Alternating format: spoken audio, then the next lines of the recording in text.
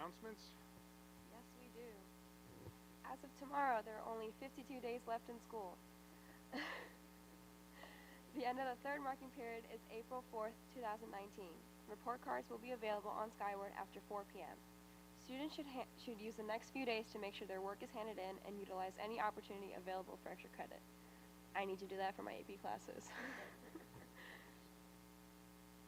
Out of those 52 days, how many of them are you planning on being there?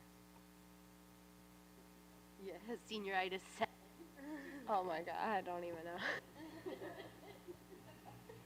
Did you actually see the agenda for tonight? We're adding 50 days to the school year. See, you're amazing at jokes. I love your jokes.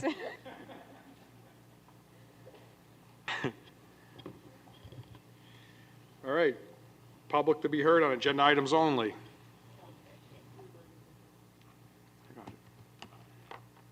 Thank you. Public to be heard on agenda items only? Okay. We have a presentation this evening. Mr. Mark Moyer, principal of Oaks Elementary School.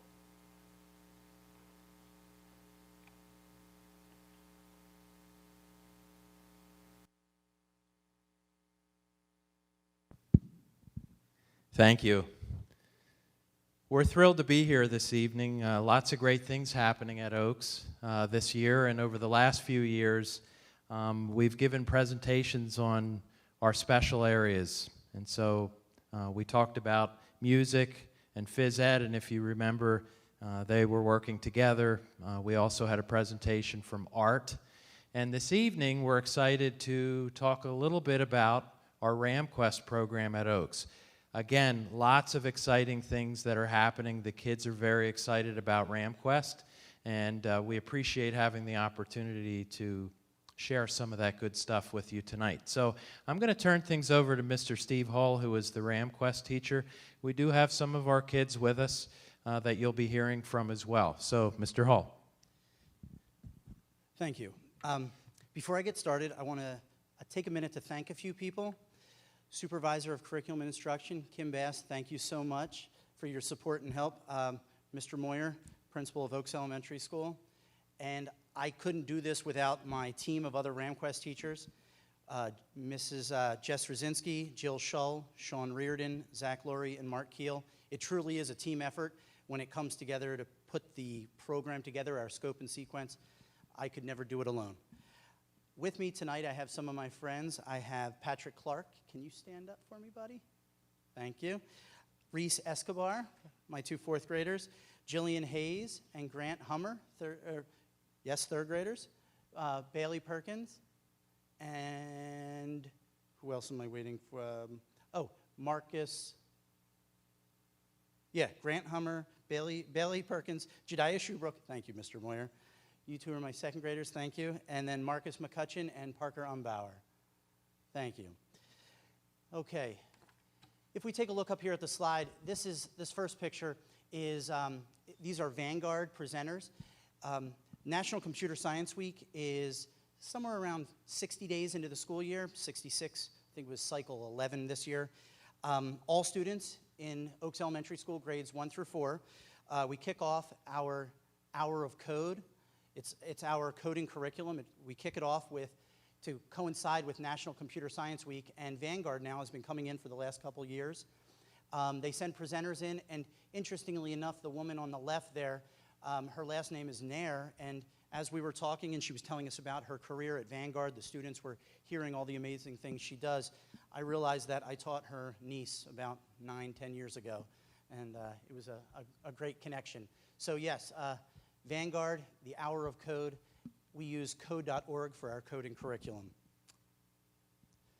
RamQuest is designed to foster the 4 C's: communication, sharing thoughts, questions, ideas, and solutions; collaboration, working together to reach a common goal; critical thinking, looking at problems in a new way; and creativity, inventing and trying new appropriate approaches to get things done. Students practice resiliency in my class. They fail and they learn from those mistakes. We always talk about the big inventors didn't just invent the light bulb the first time. They've created 1,000 ways not to get the light bulb to work, and they got it to work. And students in RamQuest at Oaks Elementary School, they learned through their mistakes. And if they succeeded the first time, what was learned, but through the failure and then seeing what pieces worked, we can improve and make it better. We follow the ISTE standards, International Society for Technology and Education. I want to focus here on the second to the bottom one, digital citizenship. Every child in grades 1 through 4 will have multiple lessons a year on topics like website choice to cyberbullying. We spend a lot of time dealing with how their online citizenship is important and how they treat others online. Just last week we were speaking about how it's easier to say meaner things online to other people through chat rooms than it is to say it in person, because we have empathy and we see the human being in front of us get hurt with our words, and how on Fortnite chats happen and people make bad choices. And so we spend a lot of time with that, with digital citizenship.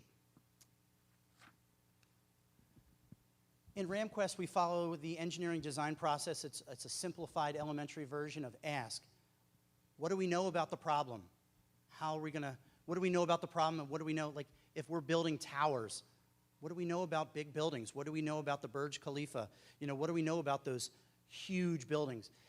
We imagine, how could we solve this? What could we do? And yes, our ideas get kind of crazy and what we could possibly imagine, but we go with it. Then we plan, we draw diagrams, ask, imagine, plan. Then we create, we build, and then we see how our mistakes, and then we go back and we improve those, and finally we present. So let's get started with first grade. Could I have my first graders come on up here? Thank you, thank you. You can just stand here with me for a minute, okay? So what you're seeing here is Botley the coding robot. Now remember, in first grade, we're using code.org, and code.org uses block coding, so they are like little Lego blocks, and one Lego block says go forward, and you go snap, snap, and you snap a couple Lego blocks together, go forward, go forward, go forward, go forward, and then whatever it is on the screen knows to go forward when we're using code.org. Well, our first graders here use Botley the coding robot, and if you see the one picture there, you see these little cards, and they are code. They're code. It might say to go forward, it might say to go backwards, it might say to go left or right, and the students enter the code. Mr. Moyer, if you can click. They enter the code. Here this young lady is telling the robot to go forward, forward, forward, forward, and then turn right, and go forward, forward, forward, forward, and then turn right, and then she has back code. And so she enters that code into the remote control and then presses go, and it doesn't just go on the computer screen like we've been doing with code.org. Now the robot actually moves. Some more pictures of some folks coding. That picture on the left is a great one showing the students' code was laid out in front of them. And then I also have red floor tape laid out on my floor, and the students try to have the robot follow the red tape.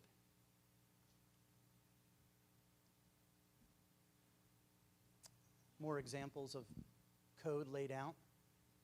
Oh, okay. Now, Sophie or Marcus, who wants to go first? You want to tell us a little bit? I'm sorry.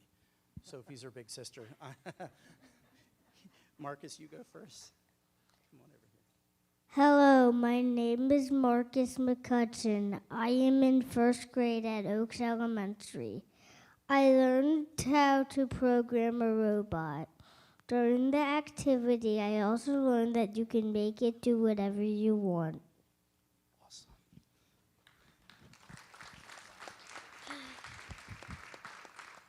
Parker Humbauer. Hello, my name is Parker Umbauer. I am in first grade at Oaks Elementary School. I learned about coding. For coding, you need to tell the robot how to code. He will do it. Excellent. Thank you. You can take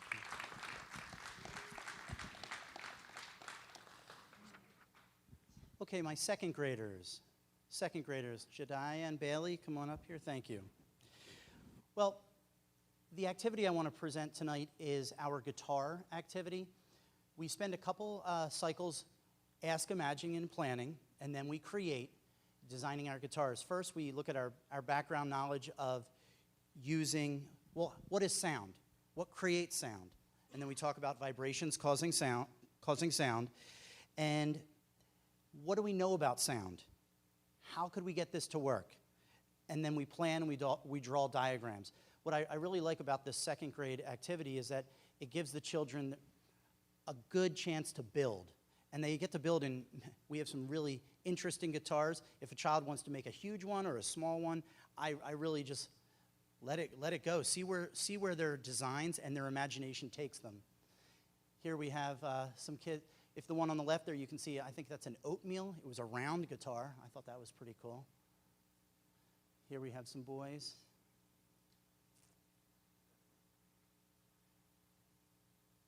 And this one, if we can press play.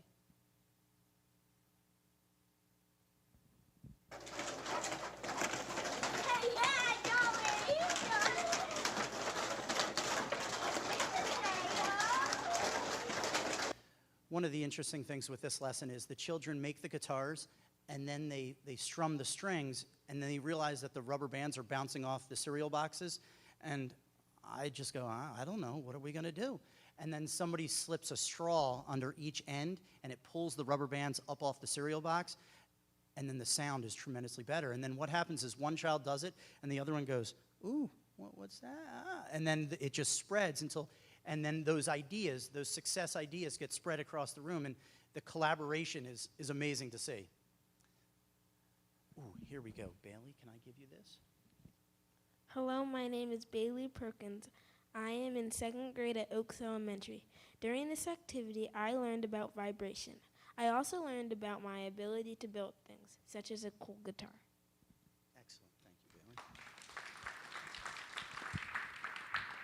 Ask you to step forward just a little bit. Okay, there we go, so everybody can see you. Hello, my name is Jediah Schubeck. I am in second grade at Oaks Elementary. During this activity, I learned to make a guitar. I created vibration. I used cereal box, rubber bands, cardboard, towel tubes, and tape. Excellent, thank you.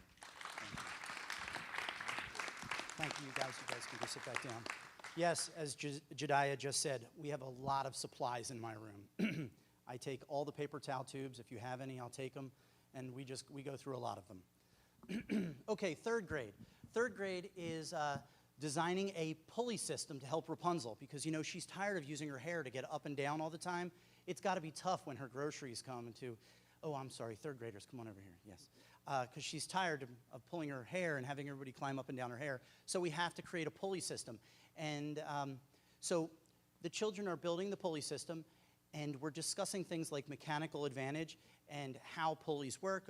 Of course, we build background. We see some pulley videos and how pulleys work, and then I send them home with their thoughts to think about it, and they think, and they come back the next week, and children bring in parts from home, and they're like, look, I took this off of a toy at home. I think we can use it. And I'm like, go for it. Let's try it out. Let's see how it works.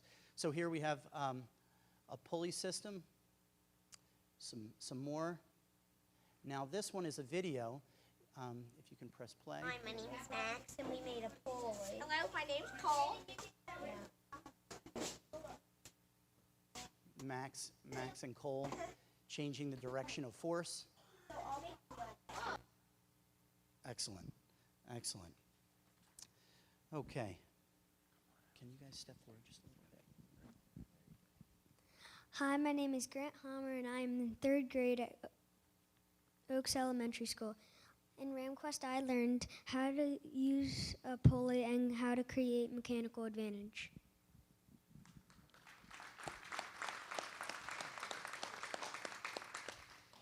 Hello, my name is Jillian Hayes. I am in third grade at Oaks Elementary. During this activity, I learned how to make a pulley system and to use other materials to make a pulley system to use it in different ways. Thank you. Okay, fourth grade. Fourth grade, we're designing lunar landing modules to help NASA keep the astronauts safe during landings. So first we start off by watching some YouTube videos of fourth graders. Thanks. You guys are good. Watching the space shuttles land and the different spaceships land on Earth. And here you can see Lily building her lunar landing module. And again, tons of different materials. We have coffee filters there. I go through a lot.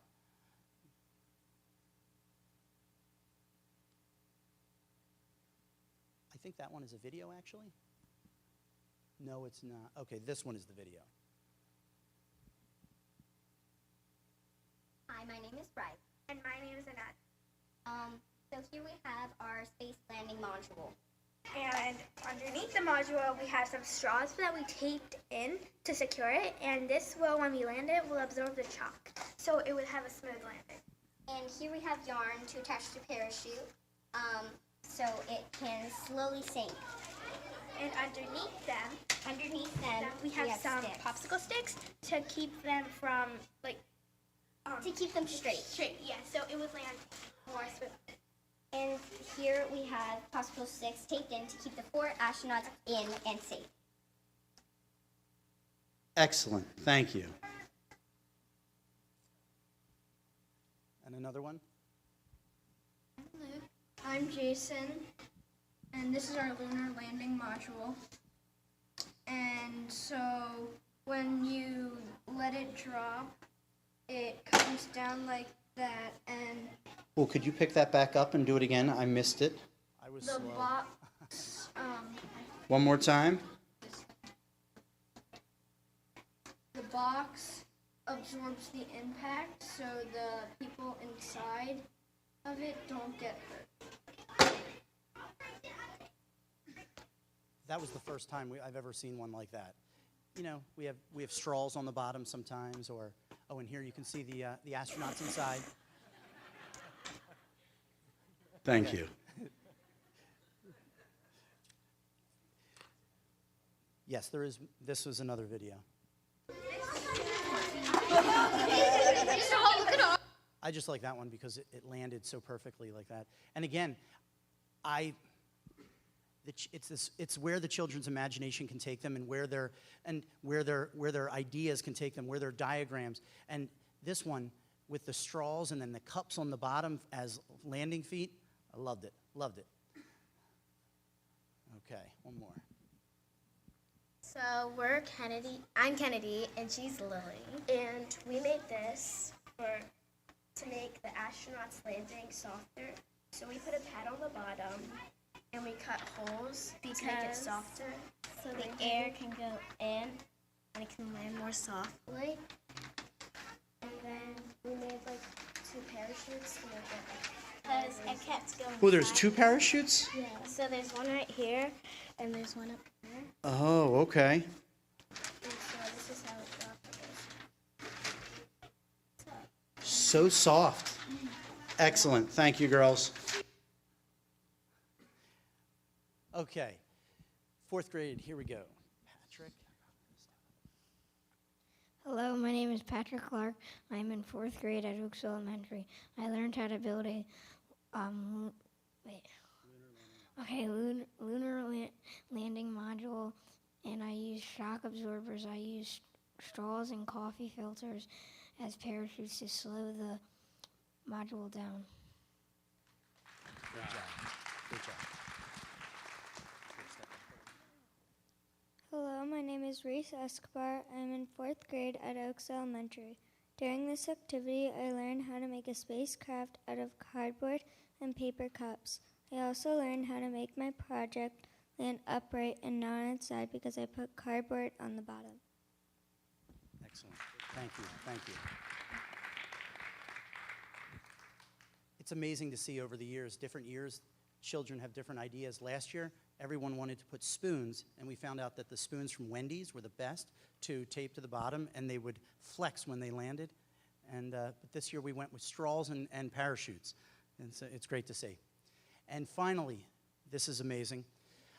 Clever is a program that Oaks is piloting to help decrease the amount of time students spend logging into the Springford network. So if you see here, this is Margaret. She's sitting at the computer with her traditional login information. She has a card with her lunch number. It's a 6-digit number. So on the left here, her traditional username and password typed into the login screen. So first, second, third, and fourth, they would log in the information. They would press the tab button, or they would grab the mouse and move to the second spot to put in their password.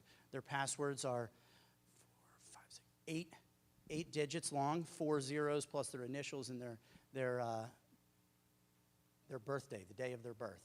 Now, and that would take some time, and it would be difficult. Now, on the right, we have Margaret holding her QR code under a camera to log in automatically. So here's what it is. Clever is a program that connects to a web camera that she is able to slide a QR code that basically has her personal information on there. She slips it under, the camera reads it, and boom, pulls her right into the Springford network securely. And it does it in seconds. It's great. I'm going to call it a lifesaver. And so here she is logging in.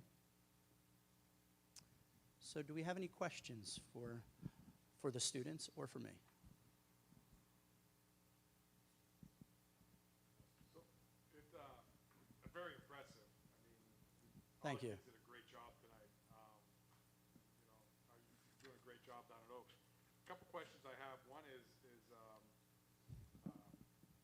with the lunar module landing. So you went through some basic principles that the kids kind of went off of, I'm assuming, or they just? Yes, we build background about gravity and how things fall. Now, I do get into a little bit of 9.86 meters per second squared, but I don't get too far into that. We do talk about air resistance, and in some of the classes we'll get into terminal velocity and things like that, but not too much. Not too much. It's really more about their engineering design process and then their building. I'll tell you, that was impressive, the one with the shoebox. Because when he was holding it, I'm like, what the heck's he doing with a shoebox? And then when he dropped it, I found out. Yeah, that's when you're like, wow, I wish I would have thought of that. That's great. So, and then was it second grade that did the guitars? Yes, second grade were guitars. Who ate all the cereal? I know, right? Not me.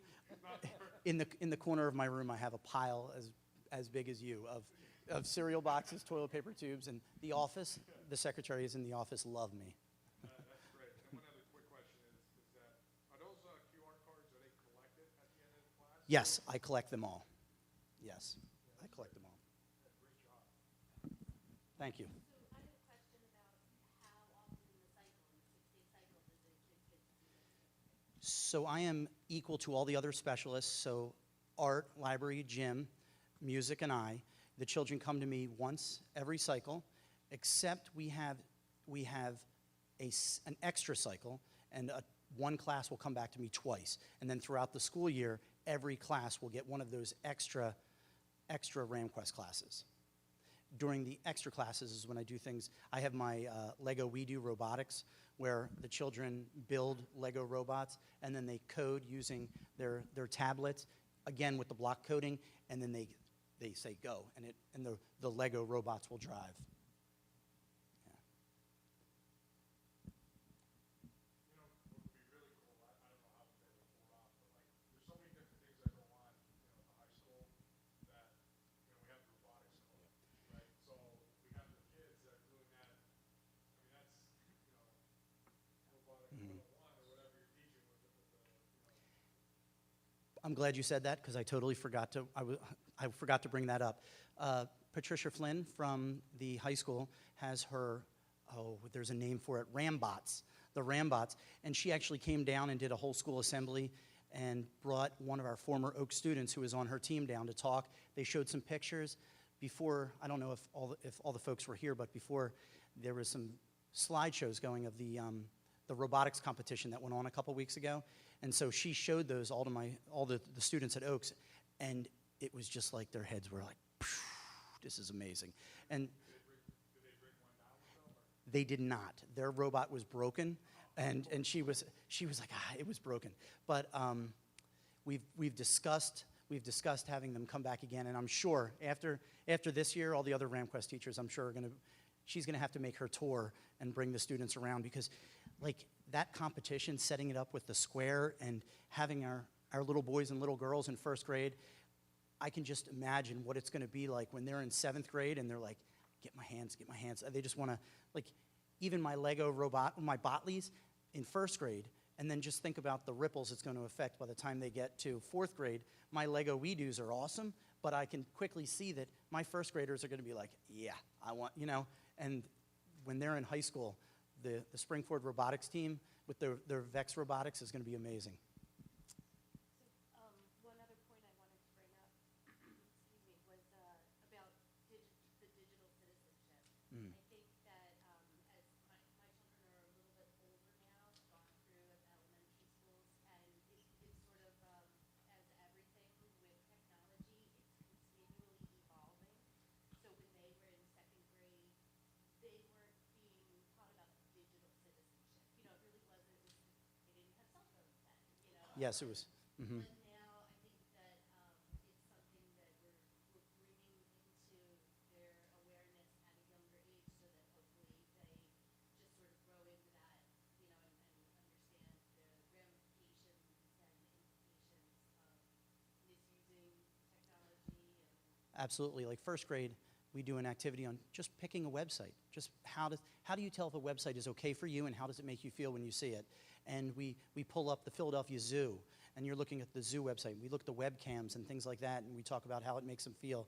And then by the time you're in 2nd grade, and we're talking about, and 3rd grade, how, there's for yourself, and then the bigger world, and then even the greater world, and how the internet can take you to those places, and you need to be secure and safe. I bet when your children were younger, it was just watch your passwords and things like that. And now we have Snapchat, and yes.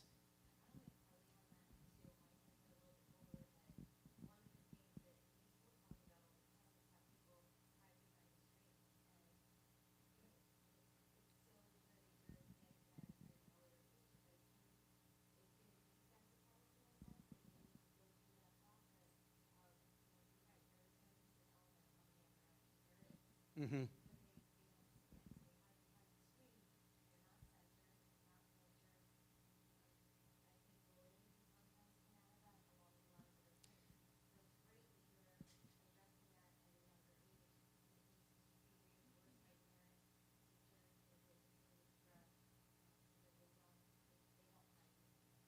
Absolutely. Mm-hmm. Just a couple of things, and then we'll be finished. You can see that RamQuest has just taken off, not only in Oaks, but across the district. And it is so popular and so exciting. I can see it walking through the building. The kids can't wait to get to RamQuest, whether it's in the classroom or whether it's in the computer lab. So thank you to the board for, a number of years ago approving this as a special, because it leaps and bounds. It has really made a difference. The second thing is Clever, which of course was the end.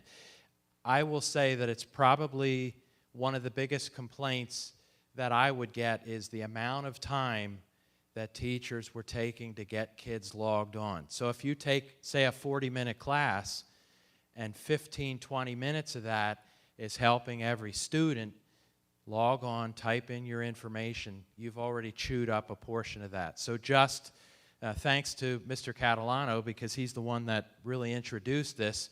Of course, I jumped on it right away and said, we'll do it at Oaks, let us pilot it, because I knew Steve was very much interested in doing that. And I will tell you that the times that I'm seeing are within minutes now, as opposed to 15 to 20 minutes. So I'm looking forward to hopefully this continuing and branching out so that we can use it, because it has definitely made a huge difference. So thank you for your time tonight. Thank you to Mr. Hall. Thank you to the kids and the families for coming out and supporting us. Appreciate it. Real quick, this is our 3rd year RamQuest? It is, yes. I know there's a lot of parents here, but just for the greater audience, RamQuest was our step into introducing and really integrating STEM. Yep. From elementary school, and then starting introducing those concepts and working at it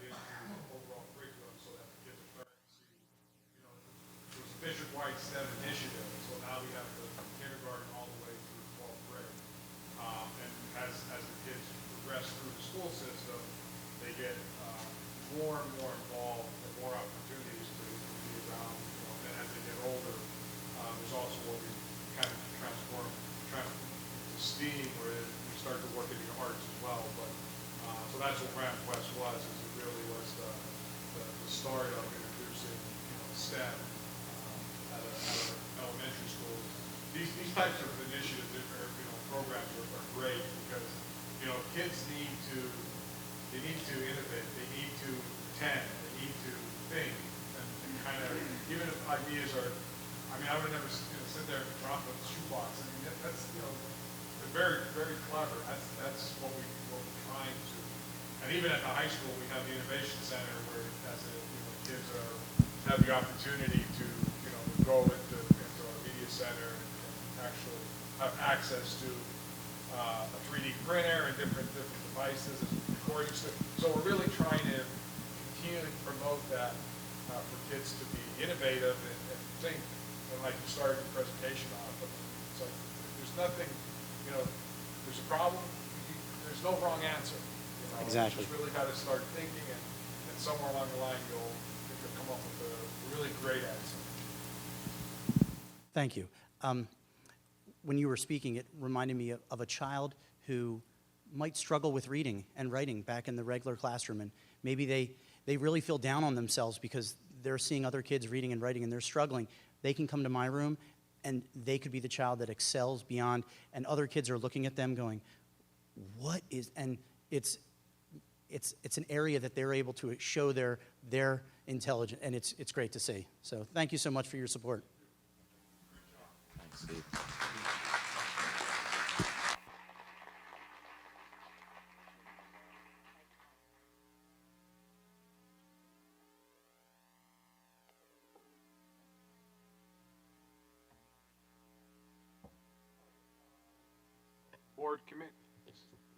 Board committee reports, student reps.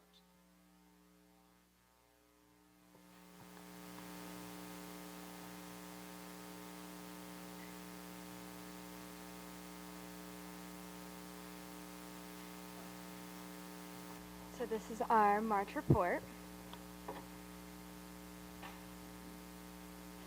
Okay, so in March we had Pi Day, the third grade anti-bullying presentations, the spring musical, and the college and career fair, which was on the 20th. Now, excuse me. As for the anti-bullying presentations, high schoolers that are in student council or the Interact Club, we have a chance to sign up to go to all the elementary schools and talk to third graders, like one-on-one, about bullying, characteristics of a bully, and overall how to, prevent being a bully and how to stop a bully. And because Jules and I are both on it, I got to go to Limerick Elementary on last Friday, which I believe was the 22nd. And as you can see, the kids, they're so fun to talk to, and they will answer any questions. And it really gives a good insight because, you're teaching a kid about being nice to somebody and don't be a bully, be a buddy, as they would kept on reminding all of us. And it's a good message to put into the kids. And if you go on the next slide, we also handed out some pamphlets and a paper. I don't know if you can read, but the bigger pamphlet, the bigger paper, it says, "You are special to me because," and then they would pass this pamphlet, the paper around, and everyone would write something nice about it. Me and two other girls got to go around and also say some nice things. Like one kid was wearing an Eagles jersey, so I'm like, "You have a great sense of style," and I was like, okay. So, it was really fun. We also got to share a video, so just on a real quick snip of that video. Favorite son. Right? Number 1, the first step in dealing with a bully is being confident. Confidence doesn't mean you're trying to be better than everyone else. It means you're being the best you can be. Once you're proud of who you are, it doesn't matter what other people think of you. Think of it this way. I love barbecue sauce. I love it so much. If I'm eating barbecue sauce and someone says, "Ew, barbecue sauce is stupid," that doesn't affect how I feel about it. I still love it.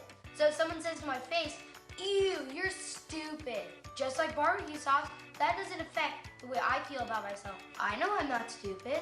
You're like barbecue sauce. Not everybody's gonna like you. Doesn't mean you're not awesome.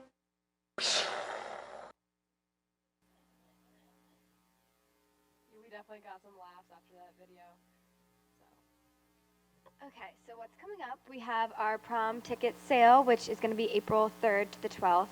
And then we have our spring break, which is the 17th to the 22nd.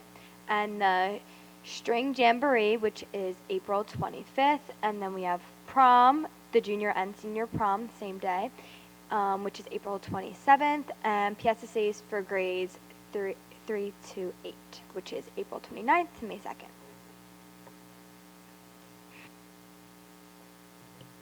I'm curious, how did you celebrate Pi Day? Well, I know my algebra teacher wore a very fun outfit. She had her pie shirt on, and she had her pie socks. And I don't know what all the teachers did. I think they did different stuff. We didn't do an activity because we had to stick to the curriculum, obviously. But all of our teachers, of course, announced it. They're like, go home and eat some pie and all that stuff. So. Did anybody talk about what the meaning of pi is? Well, we all use it in our math class, so they obviously was who can say the longest number of pi, and I was like, oh, I have no idea. Okay. 3.14, that's it. I know 6th graders had to have a competition, and then the top 3, they got to sit on the announcements. That was fun, and also my teacher brought in pie. So such a good day. Okay, I'll let it go from there. I don't want to ask any embarrassing questions.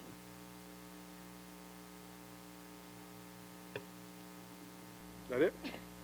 Oh, great job. I was so intrigued. I thought there was more. I mean, it was like, you guys are doing an awesome job. So you're all set for prom? Yeah?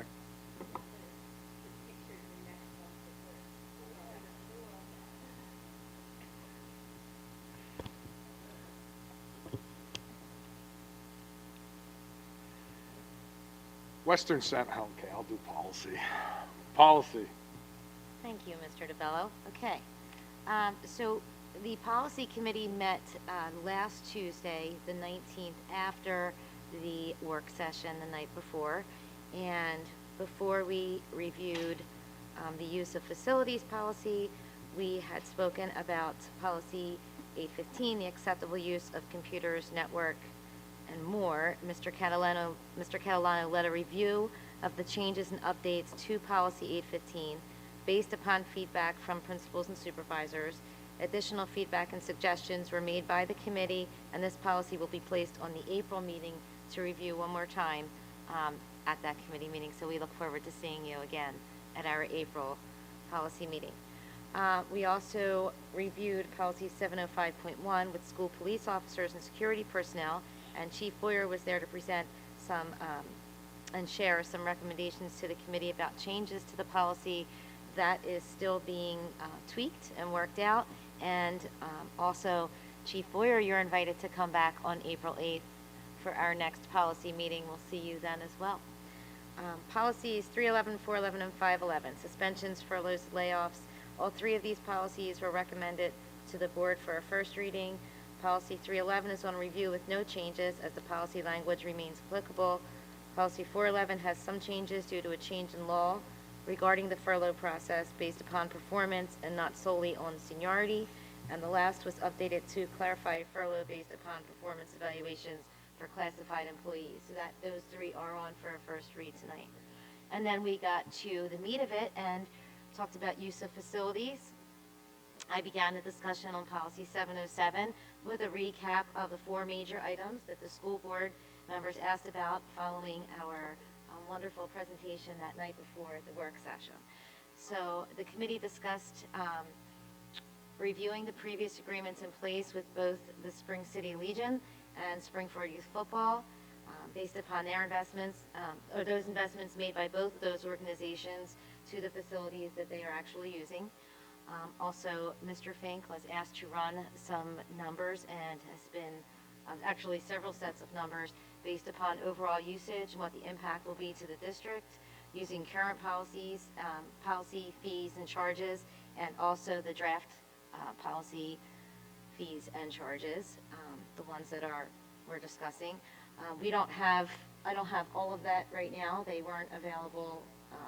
The actual numbers, we're working on those, and we'll take those back to the April 8th committee meeting and see if we can get the rest of the questions answered. And as we do, we'll bring that information forward. So our next meeting is April 8th. There were many people that did attend the policy meeting the other night. We invite them to come back as well, April 8th, and we will get through this.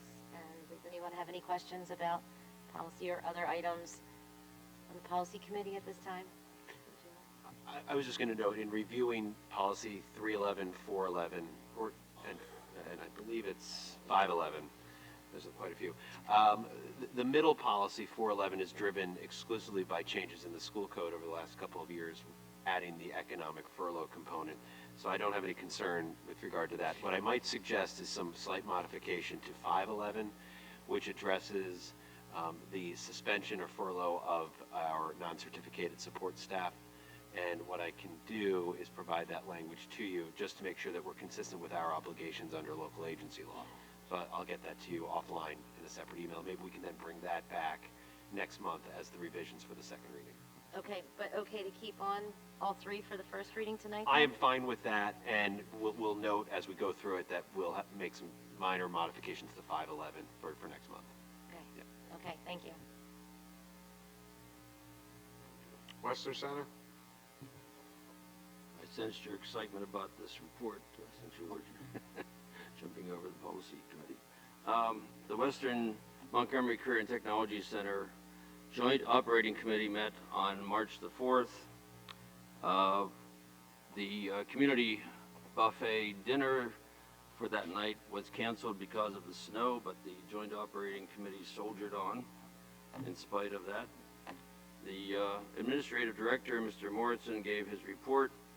In terms of applications for the center, the number was up to 297 at that point in time, which is 17 ahead of how many they had last year. More recently, I've checked, and the number of applicants is up to 320. This week, the center is going through its NOCTI testing. NOCTI means National Occupational Competency Testing Institute.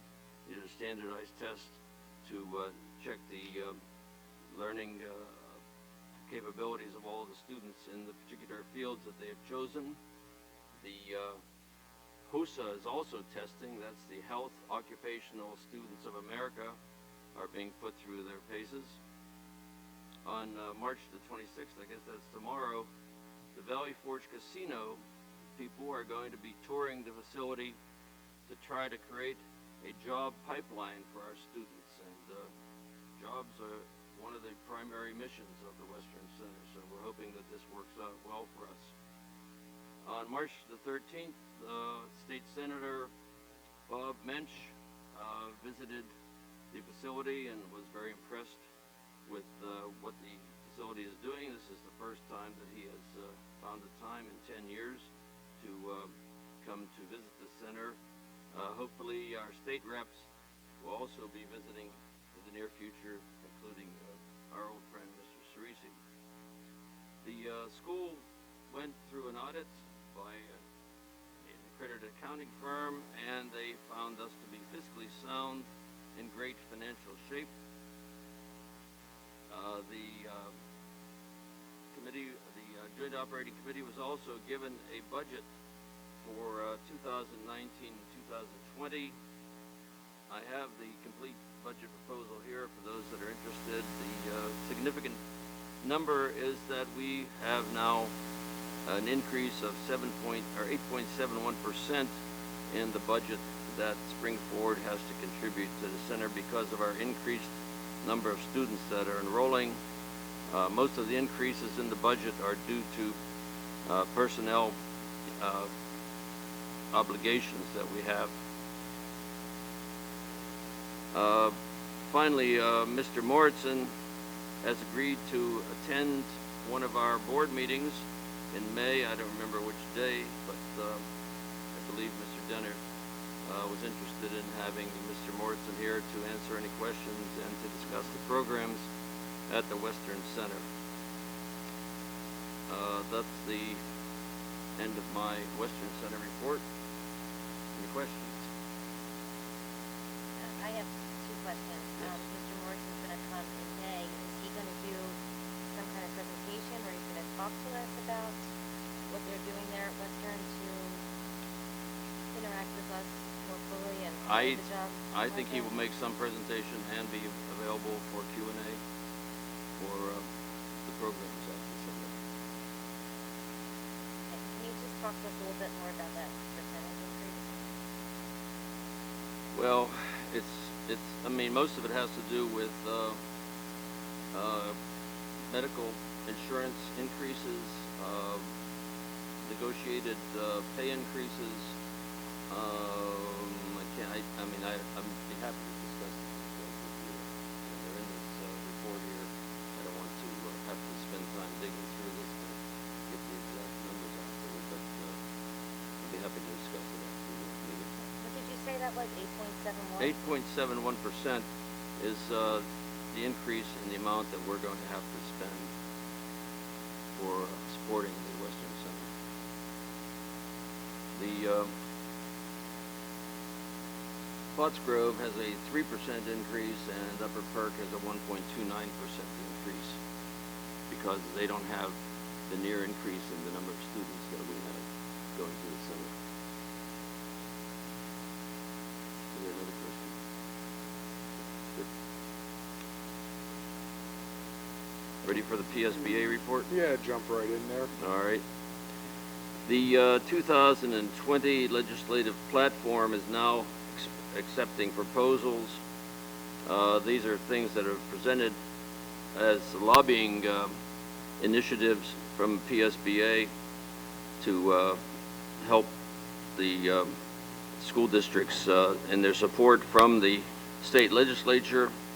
As an example, a few years ago, I proposed that we send forth a proposal to the platform committee to support the Science in Motion program, and that was put in the, that was accepted by the PSBA, and that rather moribund program at that time has seemed to regenerated to become a very viable support system for educating our students in the science program. So I do think these initiatives are important, and if there's any initiatives that this school board would like to present, we have, I think, until June to submit something to be put on the legislative platform. Finally, the National School Board Association is meeting this weekend at the Philadelphia Convention Center. This is probably a once-in-a-thousand-year event that they'll be in Philadelphia. I will be attending, and since I'm the only representative from the school board that will be there, I'm asking you if you're to take a look at the program by visiting the PSBA meeting website and see if there are any meetings and topics that you would like me to attend. So go through the website, the NSBA meeting website, and click on the Education tab, and that will take you to the program. Unfortunately, that program is 248 pages, but eventually you can skip through a lot of the boilerplate and get to the meetings, the sessions themselves, and get back to me if there's something that you'd like me to attend and report on in a future meeting. So that will be, this will be on Saturday, Sunday, and Monday. And that's the end of my PSBA report. Any questions? Okay, thank you. Extracurricular? Extracurricular committee met on March 19th in district office. Minutes were accepted from January 17th. Talking about old business, we have one item still open, which is the fine arts coordinator. And Dr. Roach shared that the position is still open and posted. For new business, we had a wonderful presentation from the middle school club activity. 7th grade Crafting Club. It was so much fun. Ms. Borgness and Furco brought some students with them, including Miss Fletcher's daughter, and the girls were just full of excitement to share the projects they've been doing. They've come up with just really neat crafts. The girls are able to kind of recommend their own crafts. It's a really unique club, and something I really, liked about this group specifically was they will announce when the club is going to meet and what the project will be, and it's open to anybody in the building in 7th grade, and they can just go and sign up. So one week there may be 5 students, and the next project a few weeks later there might be 25. They know in advance because there is a sign-up sheet, but it's just nice because it's open to everybody each time. So it's not, you're not locked into a full commitment, but it does, and the girls really shared how they're all, involved in sports and busy doing so many different things. And it's just a really good time for them to kind of take a step back and just work on something fun and relaxing and de-stress a little, I guess, for 7th graders, whatever level of stress that is. But it was, it just was a really great, great group and a great presentation, and really appreciated having them. We also had another great group present to us, which was the academic decathlon from the high school, and that is led by Mrs. Group and Mrs. McAnallen, and they brought some students with them as well. The program is crazy fast, super smart kids. Oh my goodness! The proctors actually provided the committee with sample questions and gave us twice the amount of time that the students would have in a competition, and it didn't really go so well. Then they brought the students back in to answer those same questions, and it was like they just spit them right out, and it was just incredible. The team really was very successful this year. They were league runner-up, so they do participate in a team of 5 schools. They also competed in a post-season competition at the MCIU, and they came in 5th out of 19 teams. And finally, there was a postseason PCTV event that was held at Pottsgrove High School, and they earned the highest math score of the season and came in 3rd overall.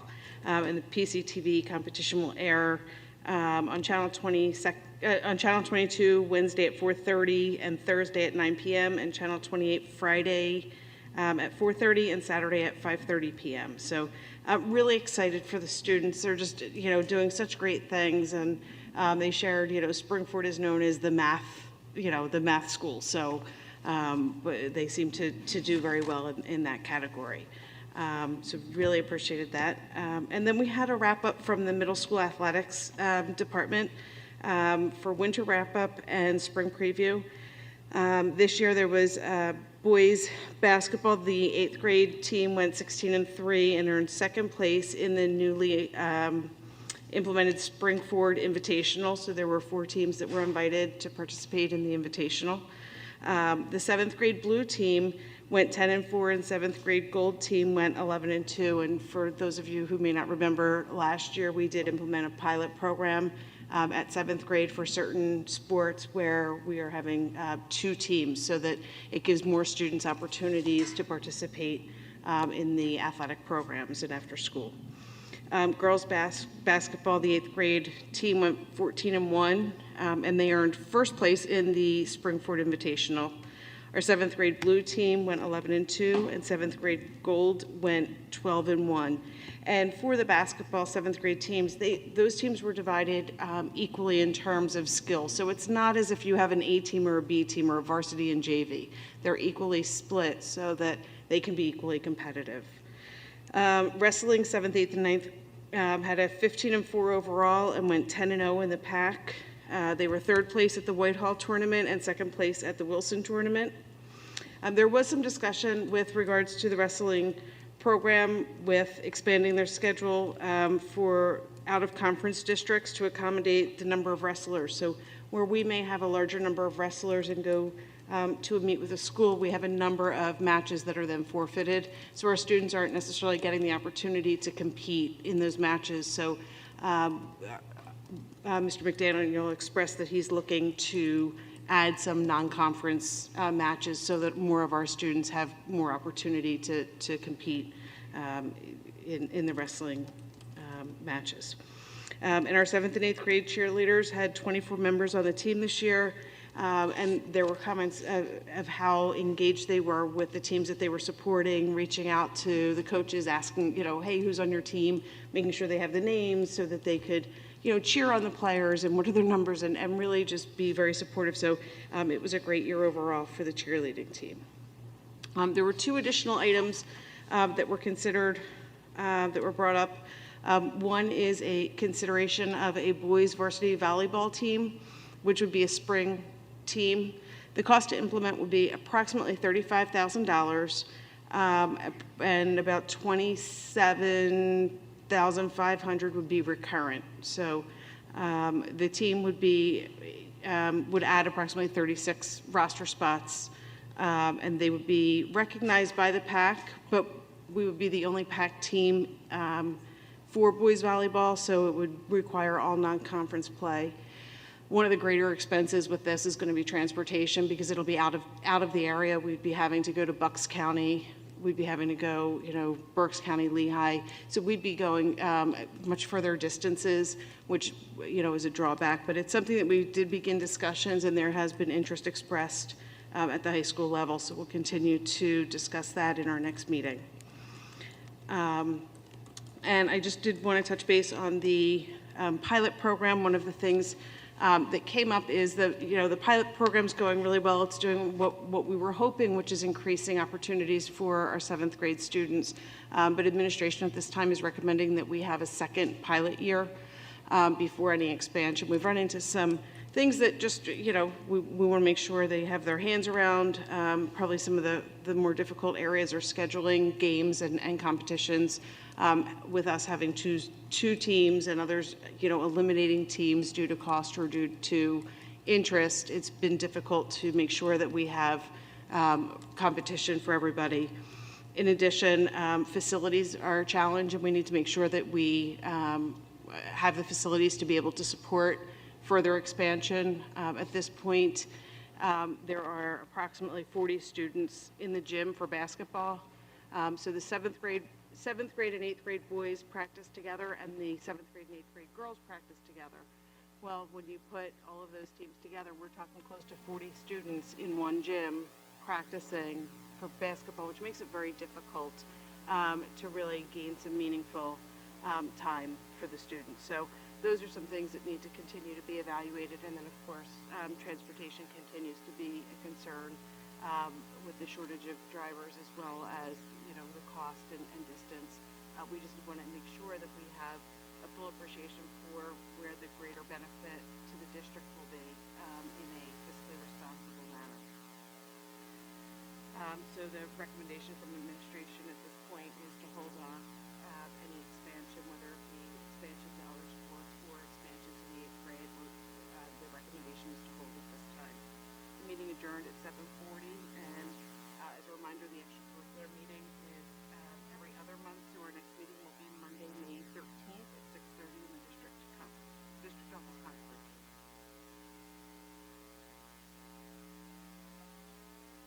Do we do expansion on the baseball? Yes. So there were 6 teams.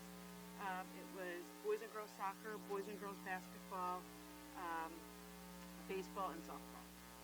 And that was all 7th grade, all 6 teams. So we have 2 of each. So we didn't do for 8th grade for baseball? We did not, and one of the reasons we didn't, it was not recommended. One, there was a concern with the number of fields that we had available and the ability, to support the number of teams.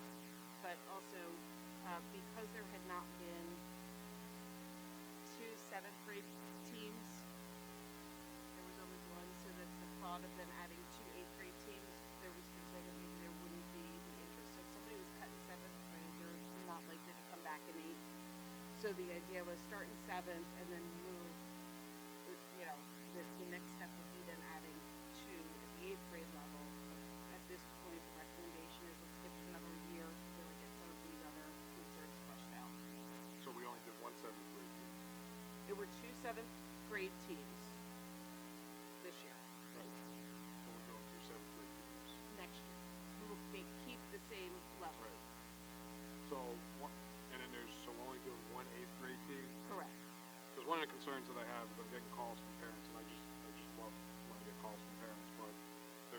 suggestions about the number of kids that are being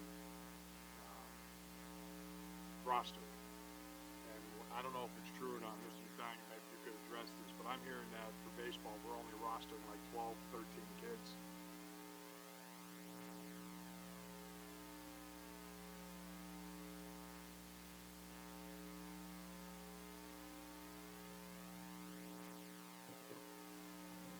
Mr. DeBello, I don't have those numbers. Are waiting to receive them from the middle school. I can tell you, I've been told 28 boys came out for the 7th grade team for 2 teams. That's what I do know. How many, did we do 2 teams last year? No, this is the first This is year the we're first doing year, 2 2 teams. soccer, 2 basketball, baseball, and softball. Do you remember how many we rostered last year for 7th grade? I don't remember off the top of my head, but I can look on my Disclosure Act, but I would say 18. I'm just curious. And that's just trying a guess from my memory. Right, so I'm just curious, well, if only 28 7th grade came out, I'll tell you the reason why, because supposedly there was a rumor that we only kept 13, 14 kids last year for 7th grade.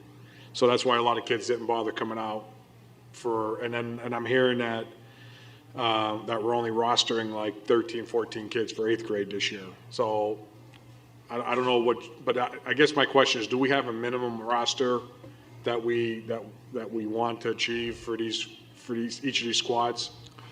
We've never given our coaches a minimum. We know what a good working number. Usually over at the middle school baseball, they've kept anywhere from 16 to 18. I mean, to me, 16 to 18 is a realistic roster number, but 13, 14, I don't believe is a realistic roster number. But, I mean, again, our goal was to get, kids playing, not cutting that many. So that's why, I want to see where we're going with this. We just sent out the roster request today because we have to submit them in the PIAA by a certain date, even 7th grade and up. So we will be getting that hopefully before the end of the week. Well, we'll be by the end of the week. Today's Monday, right? Yeah. And Mr. DeBello, just so you're aware, in the 7th grade, there were fewer students than we would have liked that were rostered this year. It was about 12 students for each of the 7th grade teams.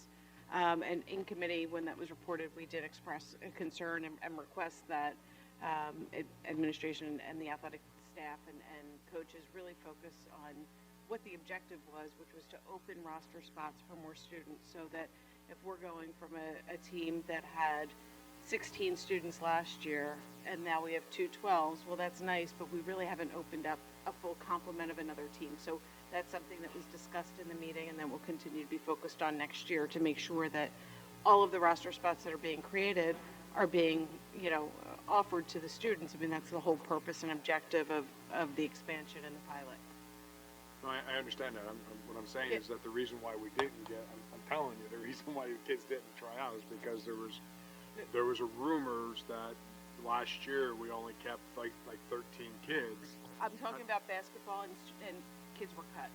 So what I'm explaining is there were more students cut than should have been.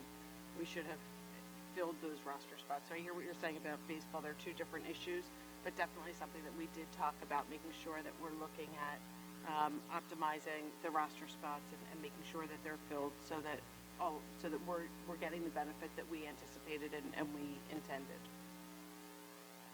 Right. So, but I also, Mr. McDaniel, we have to make sure we understand rumors that may or may not be true, because that will have an impact on, if we're trying to grow these programs, if our intention is to roster more kids, and if we go and create 2 teams and we get the kids to try out and we only roster 13 kids on each team, then we're defeating. So maybe we have to put a minimum roster in place. But these coaches need to understand that, they should be taking 16, 18, for baseball at least, they should be taking 16, 18 kids, at the 7th and 8th grade, levels. I know at 9th grade, I believe he takes more, but I don't know. I mean, I guess it's something that we need to look at. Yeah, we did the same because we had the hard numbers at that time for basketball, that we said that they should have at least 15 on each of the 7th grade teams, not 12. So that, again, maximizing, so same exact intent. I hadn't heard that about baseball, but thank you for adding that. I actually did hear it only about baseball. I heard, maybe it was just the people that I heard it from. I heard it from 2 different parents, so not a whole lot, but 2. But the other question I had, so if we're going to continue to do what we did last year and keep it with opening up 2 teams for the 7th grade, those 2 teams that were opened up this year are going to go to 1 and 8? Right, so instead of the cuts occurring entering 7th grade, the cuts are occurring entering 8th grade. So right now where we've had, maybe you had 40 students try out for basketball and then 16 were kept on the team, right? So this year we've got, the idea is you have 40 try out, you've now got 2 teams running. So it gives students a little more opportunity to maybe formalize some of their skills or kind of determine, an interest level. Ultimately, we would love to expand. It's just really the cost, facility availability, the transportation, and then other schools are actually cutting back on a lot of their athletic programs due to cost and transportation, and interest. So that's really been a struggle. So due to those, trying to get our hands around some of those pieces, I think is really important, so that when we implement, we're implementing, at a broader level, but we have a good plan in place as opposed to just trying to throw it together.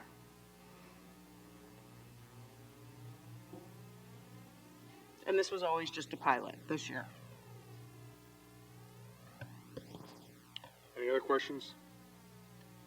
Yeah, I have 2 suggestions or alternatives to alleviate the problem with the crowding of practices. One would be to have 1 team practice early one day before school and then they alternate days. Another option could be to practice every other day to have a better quality practice 2 or 3 times a week than a poor, low quality practice every day of the week.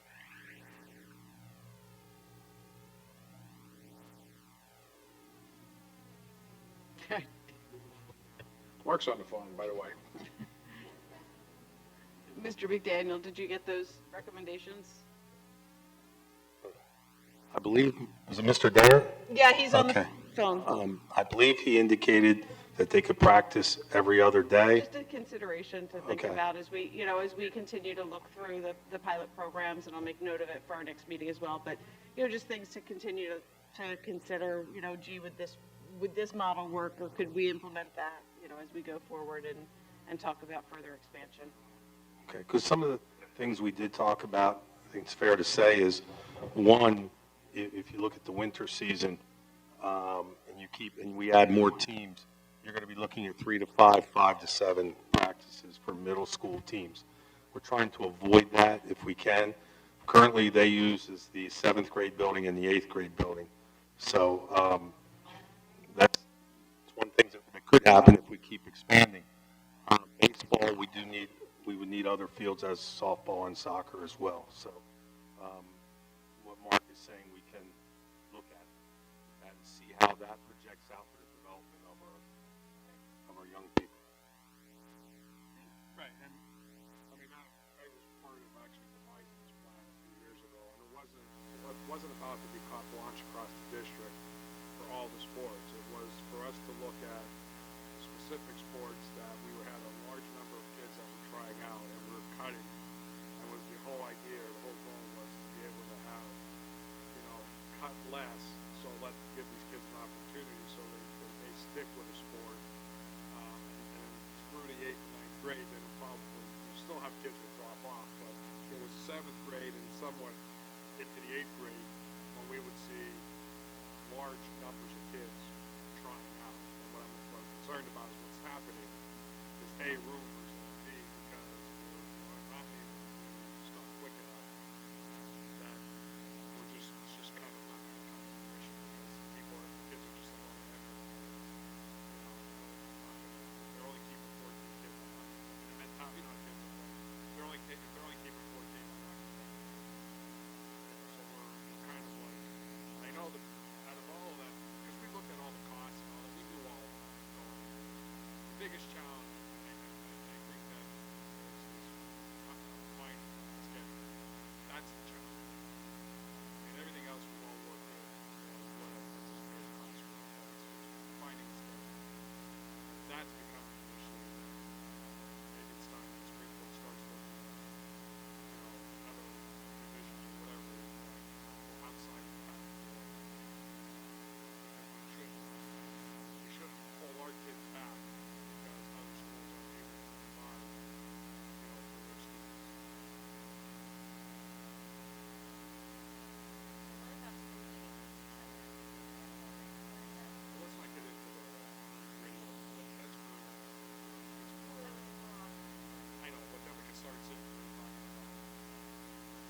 Mr. DeBell, I could answer that. In the winter, we did, the basketball teams, boys and girls, played against each other. We played here at the high school.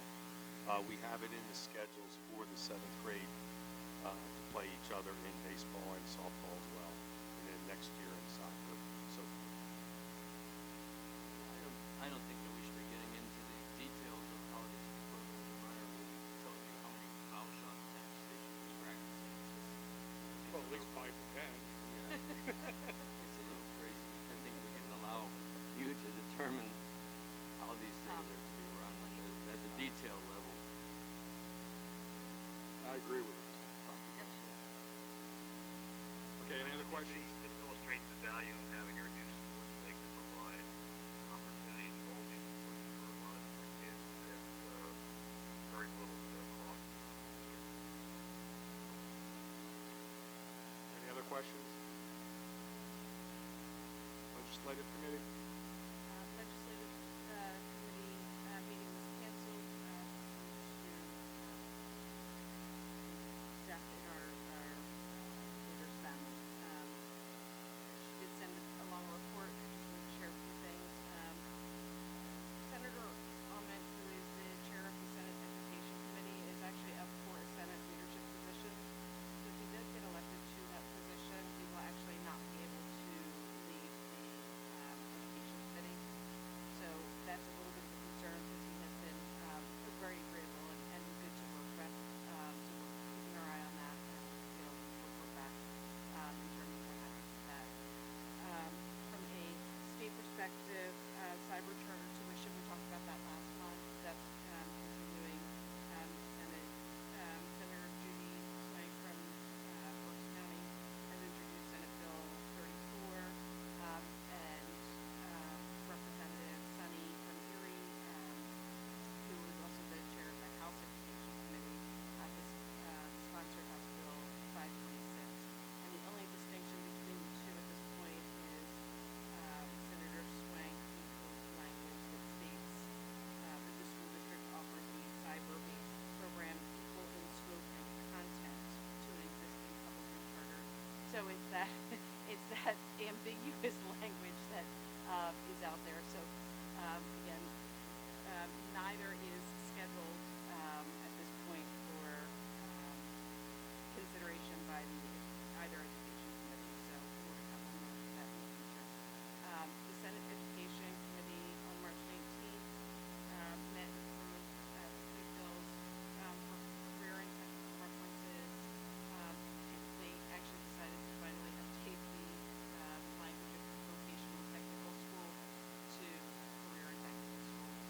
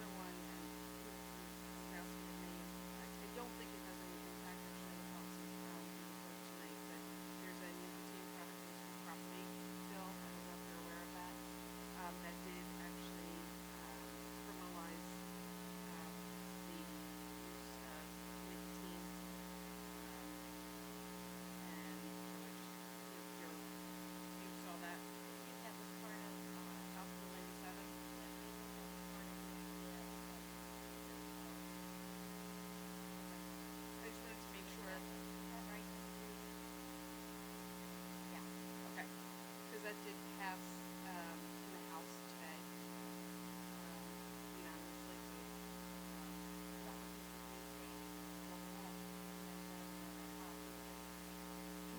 Just to make sure it was consistent in language.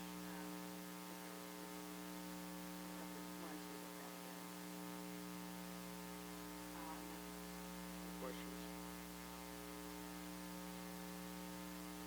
Okay, Personnel Committee, as mentioned, was going to mention, we did have an exec session this evening, we talked about personnel items. The Personnel Committee did meet last week with maintenance, nurses, and instructional assistants, separately, of course, to go through each of their agreements, and the information was presented at exec session, and we will be following up with those groups. Changes will be incorporated into the upcoming budget. Any questions? NCIU report, I did not actually attend the meeting last month, so we did get the monthly update. It came, the time will be in our board file. Superintendent's report, Dr. Good. Thank you, Mr. Bella. We have a lot of businesses opening up in our community. We have to work noting. There's one that opened up here recently that caught my attention. I think it's because I'm a superintendent of 8,000 kids. But we now have a facility called Urban Care over at the Old Denali Shopping Center. And if you get a chance to go there, please. Pretty awesome. For the kids. And even for some adults. But it's a great facility to go in and kids have fun. It's large, lots of trampolines and all kinds of things you can do in there. So it's a really nice business that we have in our community.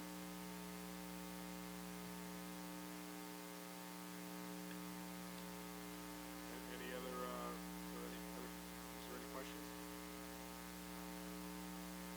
Plugs, any plugs?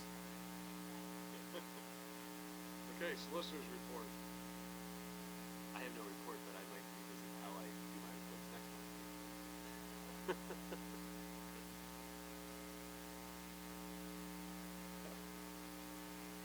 Okay, board, stick with me. I'm going to move rather quickly with this agenda. I'm looking for a motion to approve agenda items 4 through 9. Motion second, any comment? All in favor, say aye. Aye. The last is other business. Have a motion for agenda items A through C.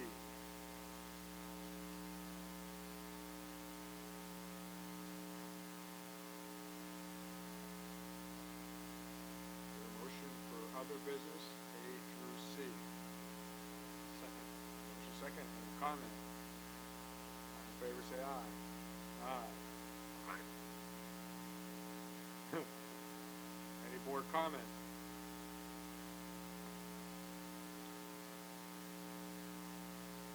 Public to be heard.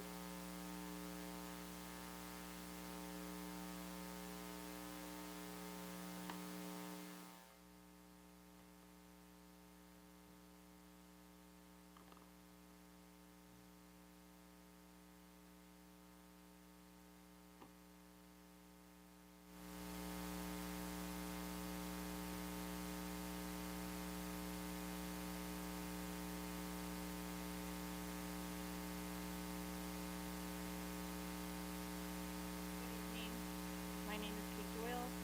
I am a resident of Upper Providence and live at 310 Woodland Drive in Collegeville. I have 2 children that attend Evans Elementary.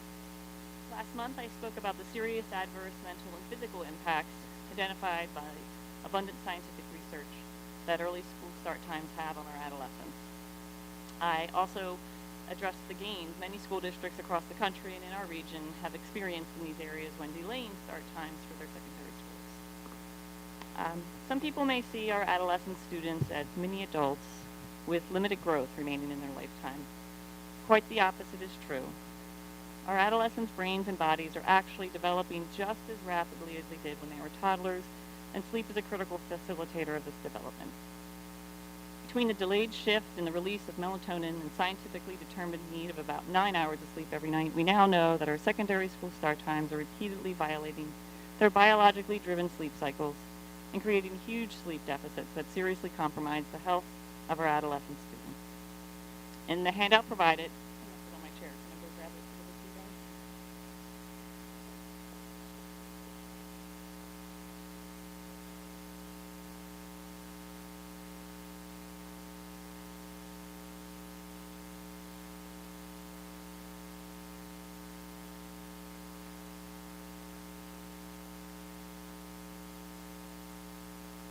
In the handout that I've provided, you can see this vividly illustrated.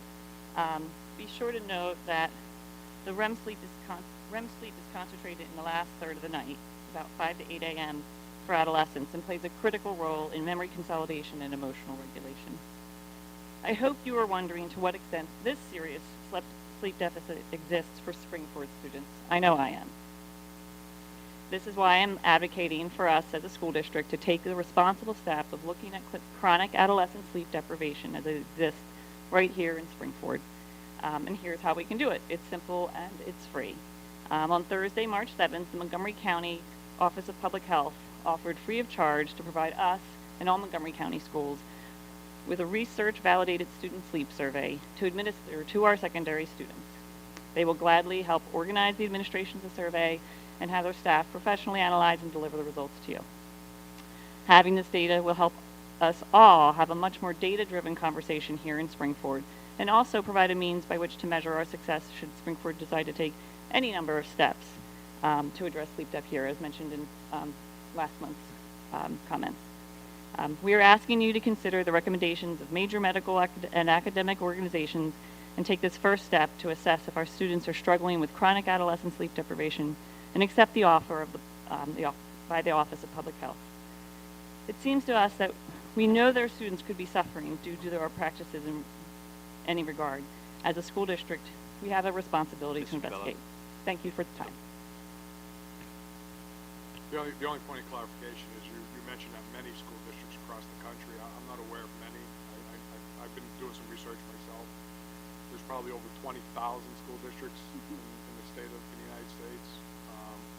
Best I could see is maybe 100, if that.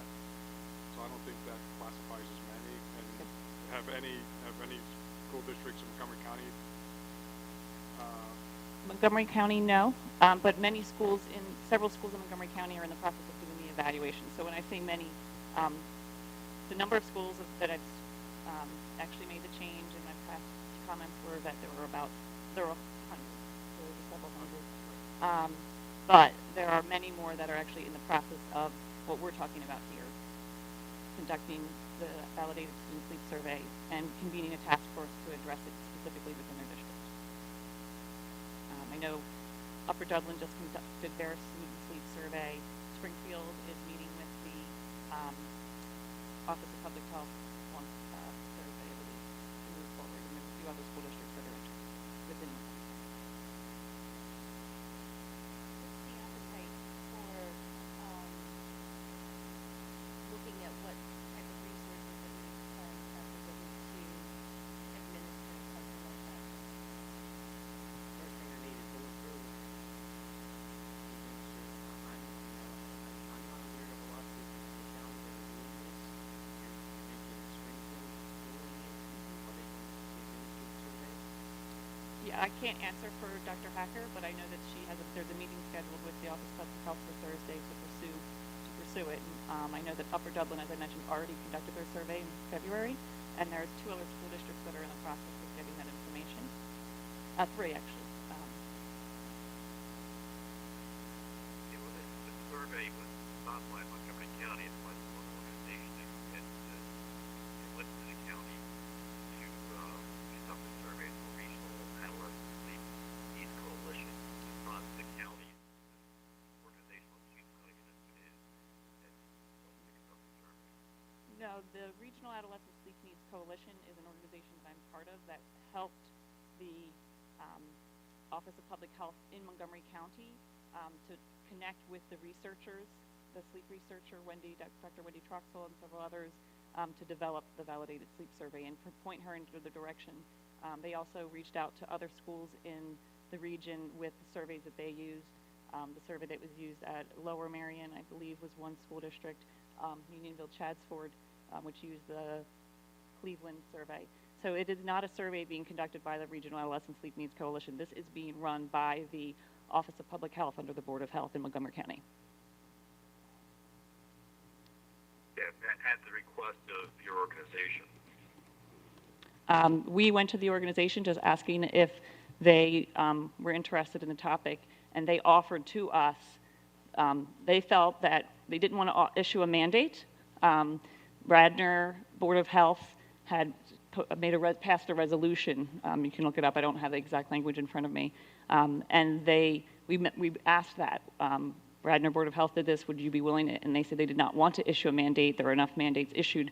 They wanted to do something that could help the school districts within Montgomery County to study this issue, which they felt was important because of the health issues involved. I'd be happy to put you in touch with Dr. Brenda Weiss, who is the director of that organization, and she can answer lots of questions, any other questions you might have. What was your affiliation with them? I had gone to them as part of the coalition saying, hi, I'm from Montgomery County. In Radnor, their Board of Health passed a resolution and made a statement because Radnor School District is working toward this. And we had a conversation, and they said, we don't want to just pass it. We don't want to pass the resolution. There's enough mandates out there. We recognize that every district has their challenges. What can we do to help? And their answer, they actually said, we want to do something that would help them, not put a mandate on there. And what they offered, not what we asked for, is actually what we offered. They offered, we just helped them get to the end point by putting them in touch with the folks that have put validated sleep surveys together, like Dr. Wendy Troxel and a few other folks. Hasn't Radnor School District done an extensive survey on what the costs are for various start time changes? I think I just saw a report this week about the details of all the changes in the busing schedules and exact costs for the district for various time changes. Am I correct in that? I think Correct. I believe tomorrow is the meeting that they're presenting. It's their school board meeting where they're presenting, and I believe they're voting next month. I don't know for sure. Because I'm part of this coalition, I know that. Yeah, my understanding is the school districts that are moving ahead with looking at these issues are the ones that have done their own surveys in the past and not waited for this Montgomery County survey to have been developed. Well, it wasn't out there, so they did it themselves. They took on the responsibility of pulling the survey, conducting it, and then hired or found a volunteer to conduct the assessment.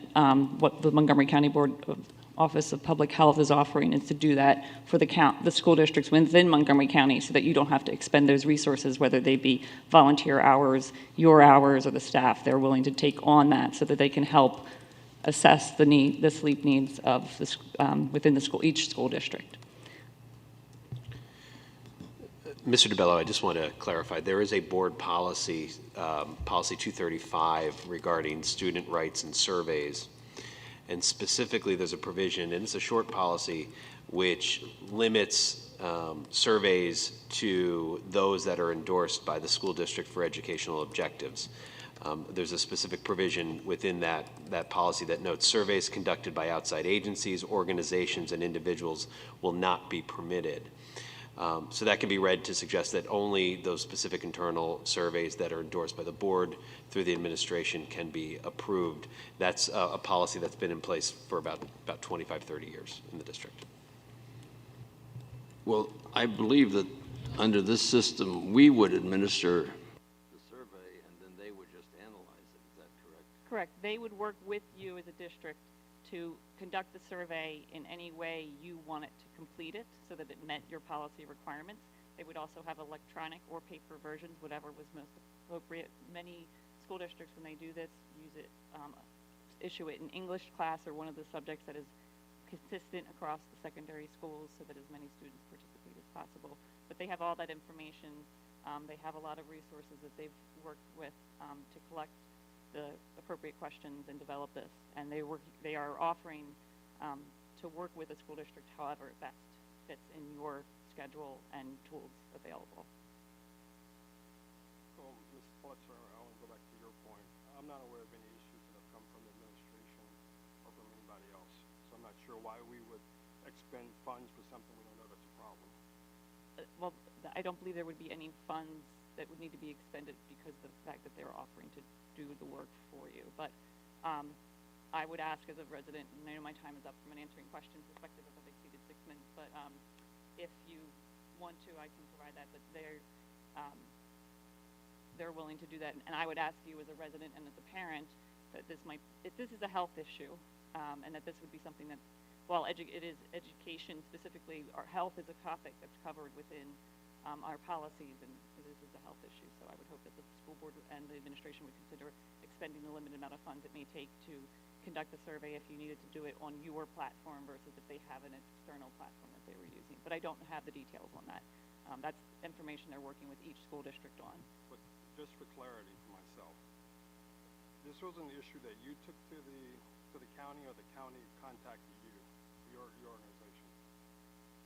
I reached out to the county and asked if they would consider, because of the health issue, if they would, as Radnor's school district, as Radnor's Board of Health did, to propose a resolution, pass a resolution, I guess is the correct phrasing. This was their response. So you reached out to the county to solicit them to mandate the study? Not at all. All right, that's what. No. I asked them to do what, I can provide you with the letter. I'll send the letter that Radnor Board of Health, and it was basically a very similar statement as to what other organizations have posted about that we support the AMA. Based on the information from the AMA, CDC, and AAP, we highly recommend that the school district, or school districts consider healthy start times. It's something to that effect. And that was all we had asked for, was, endorse what the CDC had, and it would be something that wouldn't even be passed to the school districts. It's just something that they would state as an organization, that healthy school start times was important. It was an important topic, and they did not want to do that. They felt they wanted to do something that could benefit the school districts to help them learn more about the students' sleep needs and whether they were struggling, and this was what they came up with. I know in the letter, there's, you can reach out directly to Dr. Weiss and the team they put together for this. I'm sure Dr. Hacker from Springfield would be willing to answer any questions.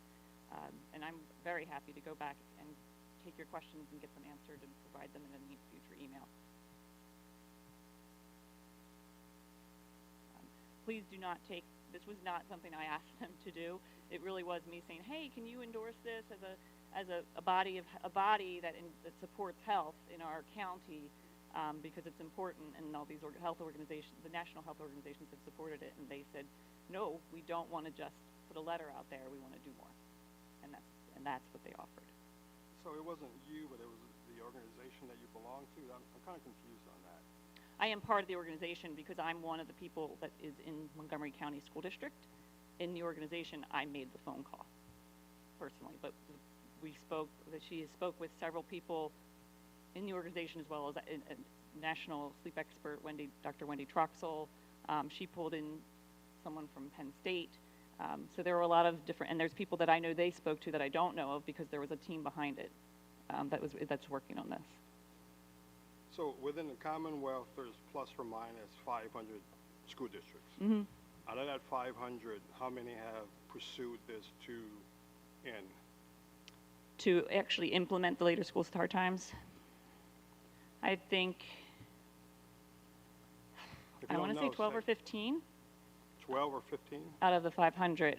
The number that are actually in the process where we would be if we took this first step is much higher, and I could go back and get that. There's chapters that are starting, so within the school district, I can try to get that information too. It was highlighted on that document I handed out to you at the last meeting or the meeting before with the list of schools in the region, but I didn't do all the entire state. Right, but see, this is what I love about studies. Of those 10 school districts, how many of them actually change their start time to 9:30, 10 o'clock in the morning? The CDC and all the other organizations recommend 8:30 or later. Okay, no, wait. Back up. Answer my question. To answer your question, to 9:30 or 10 o'clock, I'm Right. not aware of any of them Right, starting so- as late as 9:30 or and 10 this o'clock. is, last time you were here, this is the point that I brought up. So we have all these studies and we have all these recommendations from these studies, right? And the studies basically say that for this to have any impact, the start times need to be at the earliest 9 o'clock. 8:30 or later is what the AAP states. I don't care what, I mean, that's what they're stating, but it doesn't follow up with what the studies and the recommendations are. When you go into the whole thing that you reported, that the kids don't go to, the melatonin doesn't set in until 11 o'clock, so then, and they need 9 hours sleep, so 9 to 11, if they go to sleep at 11 o'clock, 9 hours is 8 o'clock in the morning. That means they get up at 8 o'clock. That means we have an hour to get them to school, which means the start time has to be 9 o'clock. Okay. Right? I know at least So one school what- starts but at you 9. can't- So but this I is- will get the answer for you. I know, but this is when I said before about these studies and all this. It's like we have all this information, and but then we're going to back it up because we all know that there's no school district in the area that's going to start school at 9, 10 o'clock in the morning. So now how many of those schools, those 10, 11, they're starting at 8 o'clock, 8:30, and what I said previously, and this goes back to your question, Kelly. I'm not going to turn the district upside down for 15 minutes. So if there's any validity behind this, what I'm really curious to see, because here at Springford, we are innovative and we are sometimes first, and sometimes we're not first because we want to see and learn from others. So I'm really curious to see a school district that actually is going to follow all the information that's been provided, all the studies all the conclusions that have been provided, and I want to see what school district actually changes their start time to 9 or 10 o'clock in the morning, following all the information that you've given this board so far. Maybe we should be the ones. I just... No, we're not going to upheaval the infrastructure of this district. It's not going to happen. It's just not going to happen. And as Mr. DeBello said, Well, you're saying that the conclusion has already been made that it will upset the system, but we haven't even looked at the issue. All we've done is talked around it. No. All we're asking is not for saying that. it to be looked at. I'm not saying We're that. not saying it's to be innovated, not to be implemented, just to look at the issue. I don't see where the harm is, and you say, well, it's going to cost us. Well, hell, how much time do we spend talking about the intramural athletics programs here? How many hours are spent on that, for crying out loud? And now we can't talk about a health issue that might be important to our students? I mean, this is just... Okay, but Ed, you're putting words in my mouth. I didn't say anything about cost. I didn't say any of that. No, but What I Mr. said, Jackson did say cost. All right, but what I said, because you're following up after me, and what I said was that I'm extremely interested to see what district actually follows that, changes their start time to 9 or 10 o'clock in the morning, and I want to see the lessons learned from that. And then I'm really curious from that point to see how we could proceed forward. I'm only one board member. This is one of the times that I don't buy into being innovative in this area, because I think that there's a lot that is going to be trial and tribulation. It's just like when it went to one-to-one computers and me being in the technology field, I fought that tooth and nail. I did not believe in it. And the school districts that jumped in and went one-to-one computers, then they realized it's like, oop, that was a bad idea. And we came up with the whole modernized concept, modernized learning from that, learning from what other school districts went through. So this is one of those things where, again, I'm all about the health and all that, but I want to see, because what I'm really curious about is I want to see, information from a district that actually followed all the information that's provided, and they've changed their start time, and they're actually, in reality, from Springford's standpoint, we would have to probably change our start time 9:30 or 10 o'clock to be in alignment with the recommendations from that study, where the kids could properly get 9 hours sleep. Because if we don't do that, then this is all, it's like, well, this is what you should do, and this is what I said to you before when you said, well, if you don't do this, there's some low-hanging fruit you could do. I'm like, wait a minute. Now we're just devaluing devaluing the whole study if you say kids need 9 hours of sleep, but don't worry about it if you change these couple of things. So it kind of devalues it. So me personally, I'm interested in it, but I want to see a school district and I want to see the outcome, because I also know, I believe it, I don't know if it was Quakertown or one of those school districts where they actually changed it, went to a later start time, went for about a year or 2 years, and then they switched it back. Tom, can I ask a question?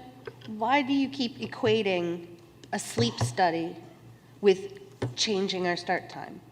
The sleep study is going to tell us a lot. First of all, it's free data, right? I don't have an issue with a sleep study. The sleep study is out there now and available to us to gather for free, no cost, information about the possibly mental health, physical health, well-being of our students.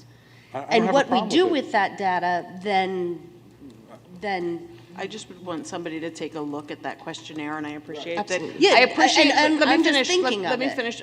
My concern is, and I appreciate that a committee was put together to create these questions and so forth. I've worked, in so many instances where questions can be asked in a way where the data will be skewed, and I'm sorry, I have an audit background, and trust but verify. I just would really want those questions evaluated and reviewed to make sure that the results aren't going to come back skewed for the writers, as opposed to true, realistic, reliable data that we can use as a board, as administration, as a district to continue to better our environment and create better circumstances for our students. So I think we would need to find somebody who would be able to really look at those questions and what is each of these questions really asking, and, sorry. I can get a copy of the questions sent to you all from her so you can see them, and they actually document the source on every question. So that it'll provide you with the source of where it's coming from. But and then you guys can work with whomever you need to feel comfortable with the questions. And if you're not, I believe they are willing to work with you to ask the questions you would like. This was their starting point. So the validity. I think the solicitor addressed this issue with policy 235. So, we can sit here and talk about it, but I think his reading of the policy was pretty clear. I don't think it was. I think that the policy states that as a board, we can review and approve a questionnaire that would be administered by Springford. Let me clarify. Right? Yes, you would have to approve modification to the policy. So if you decide to look at the questions, modify it, endorse it, whatever, you can do that. Whether that's consistent with the policy or you're choosing to override the policy is going to be up to you. But I believe you can look at outside questions and then endorse them as your own with the assistance of a third party. You could do that. Yes, you cannot. They can't do it independently of you acting. Right. It would have to be at our direction, at Springford's direction, that this was occurring. Yeah, nothing's going to happen without the board approving it, and once we approve it, it becomes our questionnaire. Well, I think if anything, we could start with seeing what the questions are and then go from there. And possibly waiting to see some of the other districts that have administered it and taking the time to think through what their thoughts were on the results and whether they're choosing to act on them or what they're going to do with those results. Are they going to implement any policy changes because of them, or was it valuable? Did they feel like they benefited from it? And then decide instead of making a decision without all the information.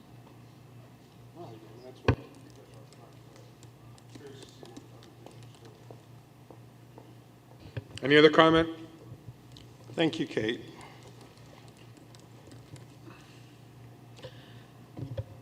I move to adjourn. Motion, do I have a motion to adjourn? All in favor, say aye. Aye. Aye. Meeting adjourned. See you, Mark. Take care.